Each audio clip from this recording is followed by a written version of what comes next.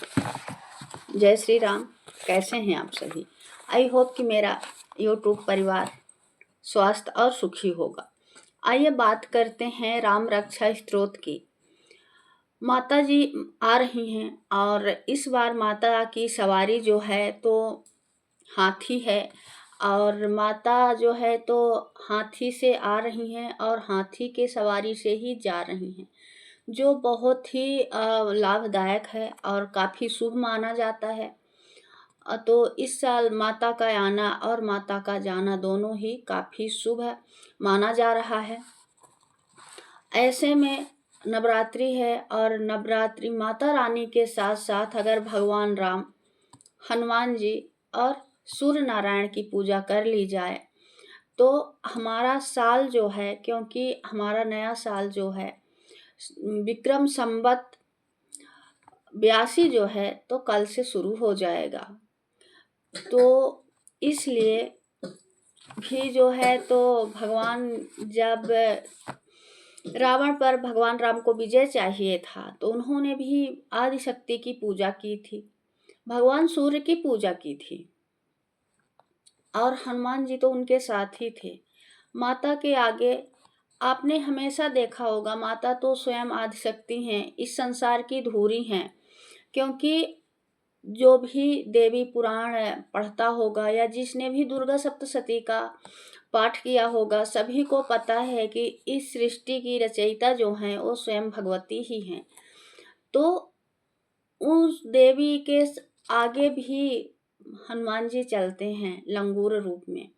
तो अगर जिनको बुद्धि चाहिए, धन चाहिए, विजय चाहिए, तो क्यों ना सबसे अच्छा महीना सूर्य भगवान की पूजा के लिए तो 12 महीना अच्छा होता है, पर चैत्र के महीने में ही भगवान राम ने सूर्य नारायण की पूजा अर्चना की थी। माता भगवती की पूजा के साथ साथ सूर्य नारायण की भी पूजा उन्होंने की थी और उसी समय उन्हें जो है तो महर्षि ने आदित्य हृदय स्तोत्र का पाठ करने के लिए बोला था। और जो भी व्यक्ति, उसे किसी तरह की कोई भी परेशानी आ रही होगी, अगर वो आदित्य हृदय स्तोत्र का पाठ करता है और नियमित करता है, विधि विधान के साथ करता है, तो 100% उसको सफलता जरूर मिलेगी।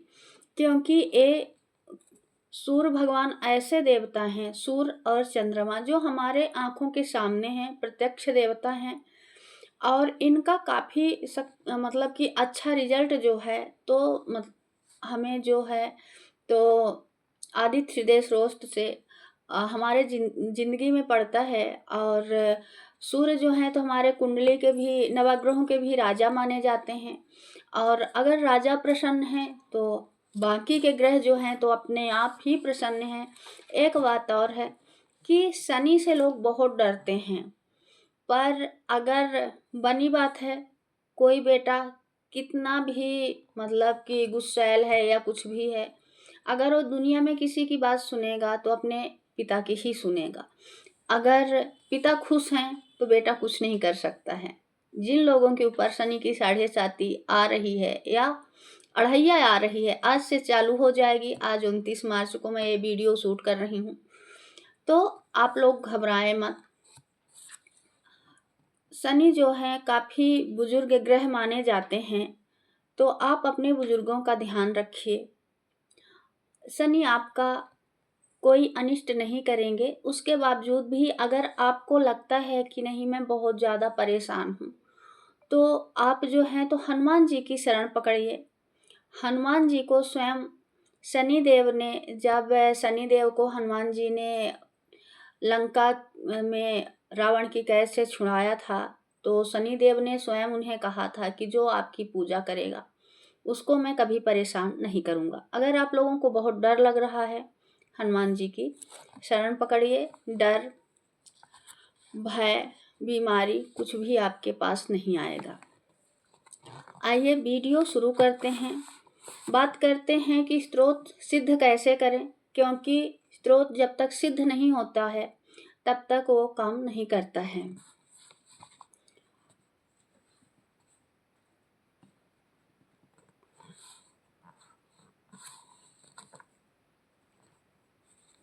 सिद्ध किया हुआ स्त्रोत एवं अमोघ यंत्र अमोघ शक्तिशाली हो जाते हैं। भारतीय पंचांग के अनुसार किसी भी मास के शुक्ल पक्ष के प्रथम 9 दिनों में अर्थात प्रतिपदा से नवमी तक तिथि तक विधि विधान पाठ करके इस स्त्रोत को सिद्ध किया जा सकता है। राम रक्षा स्त्रोत को सिद्ध करने का सर्व अधिक उपयुक्त अवसर शारदीय नवरात्र या बसंती नवरात्र माना गया है। बसंती नवरात्र मतलब चैत्र का नवरात्र जो अभी शुरू होने वाला है। नवरात्र अर्थात प्रतिपदा से नवमी तक प्रतिदिन ब्रह्म मुहूर्त में स्नानादि से निवृत्त होकर शुद्ध वस्त्र धारण करके कुश के आसन पर पूर्व दिशा की ओर मुख करके कुश का आसन हो या तो ऊन का आसन होना चाहिए। और आसन अगर आपका लाल कलर का है तो ज़्यादा अच्छा रहता है, नहीं तो नीला काला छोड़कर आप किसी भी रंग का आसन ले सकते हैं।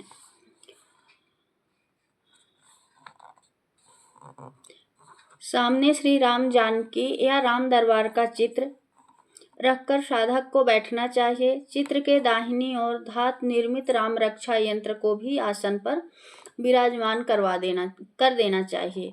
आपको यंत्र जो है तो आप दुकान से जहाँ पर यंत्र आजकल तो कहीं भी अवेलेबल हो जाते हैं तो आप बनवा सकते हैं।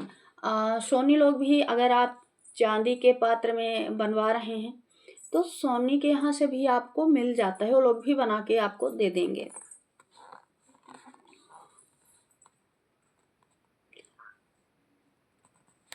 धरे चाप सायक कटिमाथा के अनुसार श्री हनुमान जी का चित्र भी रख लेना चाहिए। अगर आप राम दरबार नहीं रख रहे हैं, अगर आप राम और माता जानकी की फोटो रख रहे हो तो आपको हनुमान जी की फोटो अलग से रखनी पड़ेगी। अगर आप राम दरबार रख रहे हैं तो राम दरबार में हनुमान जी की फोटो जो है तो भगवान के साथ ही रहती है, तो अलग से अगर आपके पास नहीं है तो रखने की ज़रूरत नहीं है। अगर है तो आप रख सकते हो। चंदन पुष्प आदि से षोडश उपचार पूर्वक या पंचोपचार यंत्र सहित श्री राम के चित्र का पूजन करके प्रतिदिन इस स्त्रोत का 11 बार पाठ नियमित रूप से करना चाहिए। पाठ करते समय अखंड प्रज्वलित दीप तथा धूप भी रखना चाहिए। इस बात का विशेष ध्यान रखना चाहिए कि जब तक आपका पाठ हो, अगर आप 9 दिन का अखंड ज्योत नहीं जला रहे हैं, फिर भी जब तक आप पाठ कर रहे हो 11 पाठ, तो तब तक आपकी ज्योति जो है वो बुझना नहीं चाहिए। और ध्यान रखिए कि आप पूजा करके उठ रहे हो तो उसके बाद कम से कम 15, 20, 25 मिनट तक तो आपकी ज्योति आपके पूजा करके उठने के बाद भी जलती ही रहना चाहिए। मैं तो कहूँगी कि इतना घी या तेल जैसी आपकी समर्था हो इतना डालिए कि कम से कम, जैसे आप ब्रह्म मुहूर्त में पूजा करके उठ रहे हो 5 बजे, तो कम से कम 11-12 बजे तक तो जलने ही चाहिए। अगर नहीं है उतना तो कोई बात नहीं, फिर भी इतना तो रहना ही चाहिए कि 1 आध घंटा जो है तो जले। और अगर नहीं है तो कोई बात नहीं है, फिर भी पूजा करके आप उठ रहे हो तो 15-20 मिनट आपका दीपक जो है वो जलना चाहिए।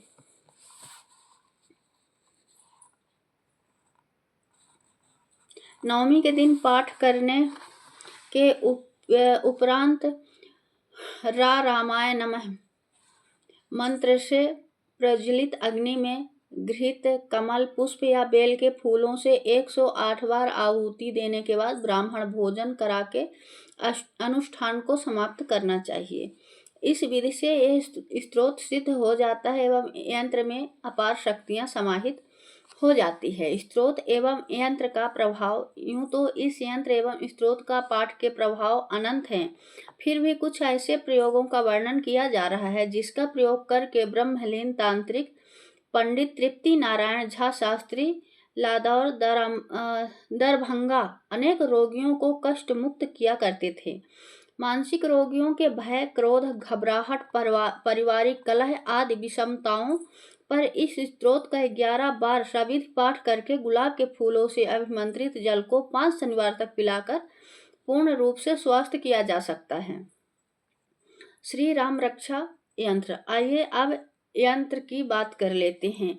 11 बार स्त्रोत्र का पाठ करके गुरुवार के दिन यंत्र को पीले धागे में ताबीज के अंदर रखकर दाहिनी बाह पर बांधने से सभी प्रकार से सफलता, प्रतियोगिता, मुकदमा आदि में अवश्य सफलता प्राप्त होती है। स्त्रोत एवं यंत्र के हजारों प्रयोग हैं, जिन्हें श्रद्धा एवं विश्वास के साथ करने से इच्छा अनुसार फल अवश्य प्राप्त होते हैं। श्री राम रक्षा स्तोत्र से पहले हनुमान चालीसा या हनुमान अष्टक का एक पाठ कर लेने से शीघ्रता से स्तोत्र फल प्रदान करता है। प्रतिदिन धूप दीप दिखाकर स्तोत्र का एक पाठ नियमित रूप से अवश्य करते रहना चाहिए।